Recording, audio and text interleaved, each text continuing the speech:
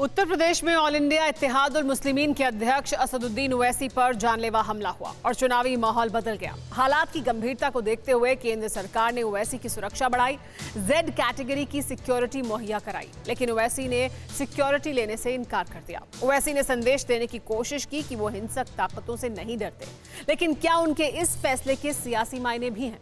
सवाल इसलिए क्योंकि ओवैसी पर हमले का कारण उनके बयान बताए जा रहे हैं, और वो किन बयानों से आहत थे, इस रिपोर्ट में क्राइम कुंडली के साथ देखिए।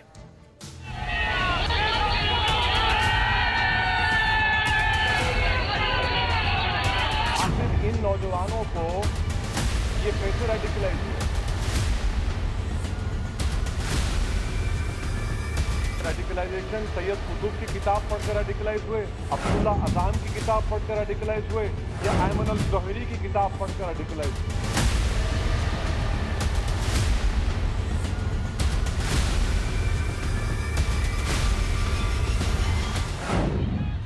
उत्तर प्रदेश विधानसभा चुनाव में प्रचार की गहमा गहमी के बीच माहौल इस कदर गर्मा जाएगा, किसी ने इसकी कल्पना भी नहीं की थी, क्योंकि इस गोली कांड ने उत्तर प्रदेश ही क्या पूरे देश में सनसनी फैला दी। मैं नहीं लूंगा सिक्योरिटी, मैं जेड कैटेगरी नहीं चाहता हूं सिक्योरिटी।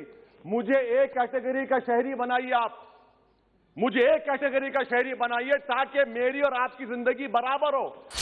ओवैसी पर गोली चली तो सवाल उठने लगे। दो लड़कों ने ओवैसी के काफिले पर हमला क्यों किया? टोल प्लाजा पर गोलीकांड के पीछे किसकी साजिश है? क्या ओवैसी पर हमले का कोई पॉलिटिकल एंगल है?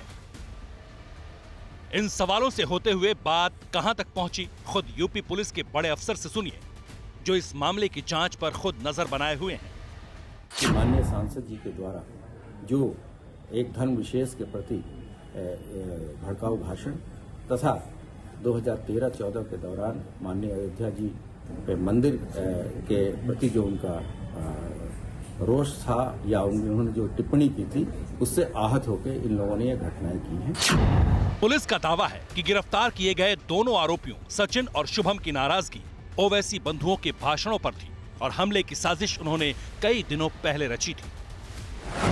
पुलिस के मुताबिक आरोपी कई दिनों से असदुद्दीन ओवैसी का पीछा कर रहे थे। मेरठ में हुई ओवैसी की सभा में भी आरोपी सचिन मौजूद था। प्लान के तहत वारदात के बाद आरोपी सरेंडर करने वाले थे। आरोपियों का सरेंडर भीड़ के गुस्से से बचने का तरीका था।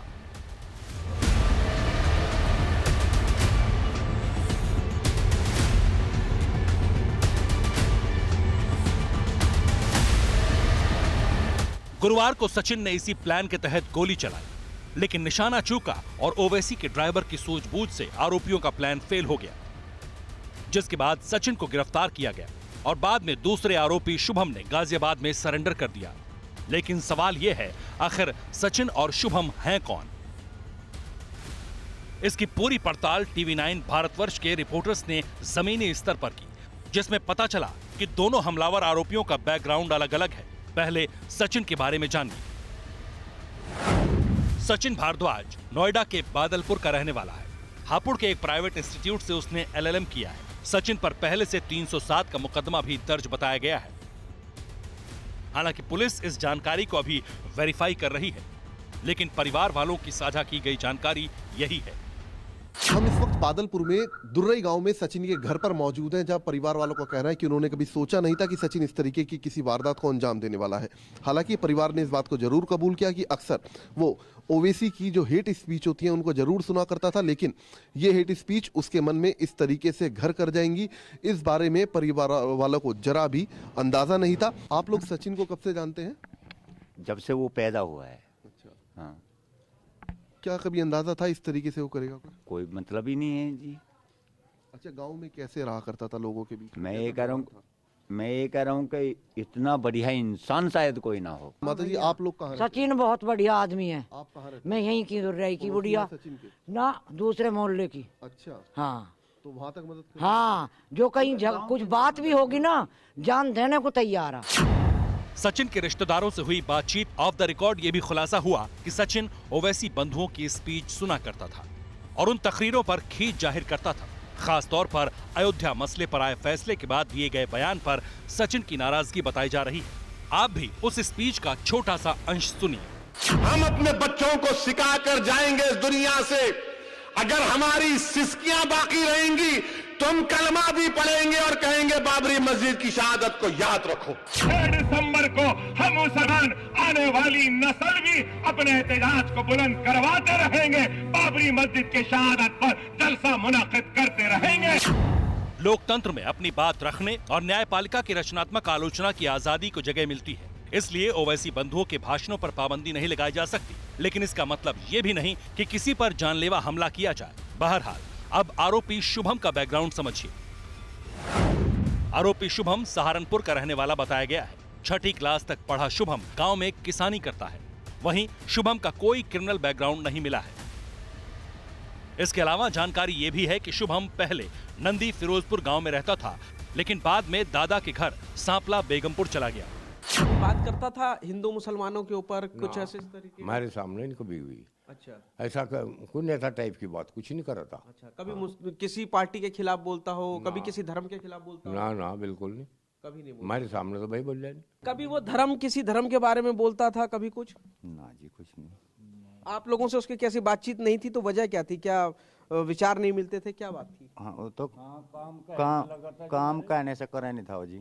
अच्छा, तो पर सामने बताना ही छोड़ दिया था, बोलना ही छोड़ दिया था। कभी यहाँ पे आता, कभी किसी धर्म के बारे में बात करता हो, हिंदू मुस्लिम? नहीं, कोई हिंदू मुसलमान की बात नहीं थी, कोई पार्टी की बात नहीं थी, कोई कुछ नहीं थी। बाहर क्या करता था वो, इसकी जानकारी नहीं है। जाहिर तौर पर ये पूर्व प्रधान और गांव के तमाम जो इस घर के रहने वाले लोग हैं, जो दादा हैं शुभम के, जो चाचा हैं, साफ तौर पर कह रहे हैं कि शुभम इस गांव में नहीं रहता था, वो नाना के साथ रहता था। लेकिन दूसरी तरफ नाना का कहना है कि शुभम अपने दादा के साथ रहता था। आखिर क्या वजह थी कि उसने ओवैसी पर हमला किया, हथियार किससे खरीदा, ये तमाम इस वक्त सवाल हैं जिनके जवाब हापुड़ पुलिस तलाशने की कोशिश कर रही है। परिवार के मुताबिक शुभम तुनक मिजाज लड़का था, लेकिन धार्मिक कट्टरता जैसी कोई बात उसके अंदर नहीं थी। हालांकि पुलिस का दावा है कि शुभम भी ओवैसी बंधुओं के भाषण से ही खफा रहता था। शुभम किस तरह की स्पीच सुनता था, उसका एक हिस्सा सुनिए। तोड़े मेरा घर और तोड़ने वाले को मेरा घर दे रहे आप, वाह, what a wonderful thing to do. घर मेरा तोड़े ना, मेरा घर तोड़े तो मेरे को मिलना ना, तोड़ने वाले को मिलना। बोलो आप, जिसका घर तोड़े उसको मिलना ना। अब जो तोड़े उनको मिल गया, अब उनको क्या बोल रहे, प्यारे वो तेरे को, तेरा घर कितना था, 2.77 था, तेरे को 5 एकड़ देते, ले ले। ओवैसी बंधुओं के बयान राजनीतिक दायरे में आते हैं। इन बयानों पर असहमति जताई जा सकती है, लेकिन इसका मतलब ये नहीं कि अपनी नाराजगी को हिंसा का रूप दिया जाए। हालांकि आरोपी सचिन के इरादे उसकी फेसबुक प्रोफाइल से ही जाहिर होते हैं। उसने अपनी प्रोफाइल पर देशभक्त सचिन हिंदू नाम लिखा है। 2018 में सचिन ने ओवैसी बंधुओं की तस्वीर पर चाकू इंपोज किया था। लिहाजा मुमकिन है कि सचिन ने ओवैसी भाइयों की स्पीच सुनकर ही साजिश रची हो, जैसा कि पुलिस दावा कर रही है। मेरी बात गौर से सुनो। अकबरुद्दीन ओवैसी थोड़ा बहुत बोला तो जेल। 65 वर्ष हम लुटते रहे, कटते रहे, मरते रहे, जलते रहे, मसाजिदें शहीद होती रही, बच्चे जेलों में जाते रहे, सुहाग उजड़ती रही, इस्मत लुटती रही, इज्जत बर्बाद होती रही, बस्तियां खाक की ढेर में तब्दील होते रहे। 65 वर्ष हम सहे, 15 मिनट तुम नहीं सह सके। ओवैसी बंधुओं के बयान और हिंदुत्व के मुद्दे पर हमलावर दोनों आरोपी सचिन और शुभम एक ही प्लेटफॉर्म पर थे। हालांकि इनकी मुलाकात कैसे हुई, दोनों ने मिलकर साजिश रची या इनके साथ कोई और भी शामिल है, इसका खुलासा होना अभी बाकी है। लेकिन पुलिस का दावा है कि कुछ बयानों की वजह से ओवैसी बंधु इनके निशाने पर रहते थे। आरएसएस और बीजेपी संघ परिवार के लोग बोलेंगे ये मुल्क हमारा है, तेरा नहीं है, तो बोलना ये कॉन्स्टिट्यूशन बनाते वक्त तुम्हारे अब्बा नहीं थे, हमारे अब्बा थे।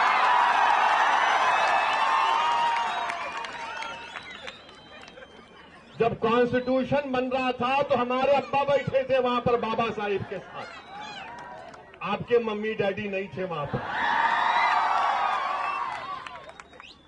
और अगर बाबा साहिब अंबेडकर इस कॉन्स्टिट्यूशन को नहीं बनाते मैं जिम्मेदारी के साथ कह रहा हूं कि मुल्क हिंदू राष्ट्र बन जाता अब तक। हो सकता है असदुद्दीन ओवैसी ने यह बयान सियासी नफे के लिए दिया हो, लेकिन यह भी सच है कि ओवैसी की ज्यादातर बातें संविधान के दायरे में ही रही हैं। लिहाजा लोकतांत्रिक भारत में किसी के भाषण को सुनकर उस पर हमला करना सरासर अपराध है।